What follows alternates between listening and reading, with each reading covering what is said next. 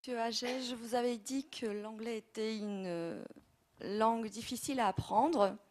Je n'ai pas dit ça, j'ai dit que c'est une langue très difficile. Très difficile. Donc, Elle est facile à apprendre pour les premières semaines. qu'en dites-vous pour le français, qui est quand même assez complexe sur le plan grammatical, les accords, les concordances des temps, le genre. Alors, le genre, si on ne le connaît pas, on ne peut pas faire les accords. Et surtout, sur le plan, au niveau des expressions, notamment, ce n'est pas terrible. Expliquer à quelqu'un qui apprend le français ce que ça veut dire, l'expression « ce n'est pas terrible ». Je peux vous répondre, chère madame. Des statistiques ont été faites par mes collègues, par moi-même, par mon équipe même. L'anglais est une des langues dans lesquelles les expressions idiomatiques, c'est-à-dire celles dont on ne peut pas comprendre le sens comme étant la somme des sens des éléments constituants, sont de loin les plus nombreuses. En anglais, le français a comme toute langue d'expression idiomatique, l'anglais en a beaucoup plus. Si vous ne connaissez pas leur sens, vous ne pouvez pas le deviner. Par exemple, to do someone in ou to do someone on, faire quelqu'un dans ou sur, personne ne peut comprendre s'il n'est pas anglophone. Ça veut dire tuer. Si vous ne savez pas que to do on, to do in veut dire ça, vous ne devinerez pas. Si vous voulez une expression qui est to kick the bucket, vous la connaissez. To kick the bucket, c'est-à-dire donner un coup de pied dans le seau, ça veut dire mourir. Quel rapport avec un seau et un coup de pied? Aucun, sauf un rapport que certains ont proposé. Ils ont dit que les gens que l'on pendait autrefois, on les faisait monter sur un seau, on leur passait la corde au cou sous un arbre, on donnait un coup de pied au seau pour qu'il soit étranglé par la corde, mais dans ce cas, le verbe devrait dire tuer. Mais il ne veut pas dire tuer, il veut dire mourir.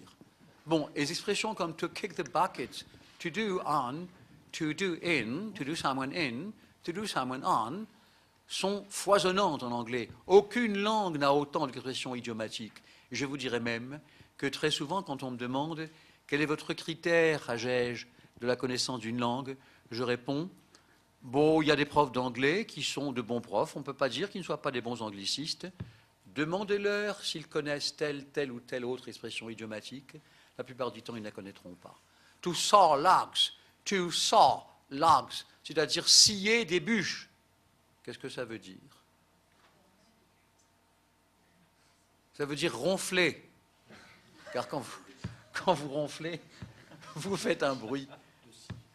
Bon, si vous ne connaissez pas tout ça, logs, que n'importe quel anglophone connaît, et il y en a comme ça d'innombrables, ou encore, your goose is cooked, your goose is cooked, ton oie est cuite. C'est de l'anglais courant. Qu'est-ce que ça veut dire? Ça veut dire tu es foutu, ton compte est bon. C'est ça l'anglais. C'est ça. C'est pas. J'ai pas dit que l'anglais était difficile à acquérir. Non, l'anglais non idiomatique, l'anglais élémentaire est au contraire facile et c'est ce qui donne une illusion aux gens.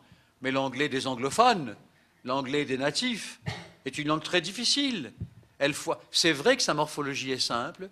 C'est vrai qu'elle n'a pas de déclinaison, elle les a perdues, elle les avait jusqu'au XIIIe siècle. L'anglais était une langue comme le latin, avec beaucoup de cas de déclinaison, le français aussi d'ailleurs.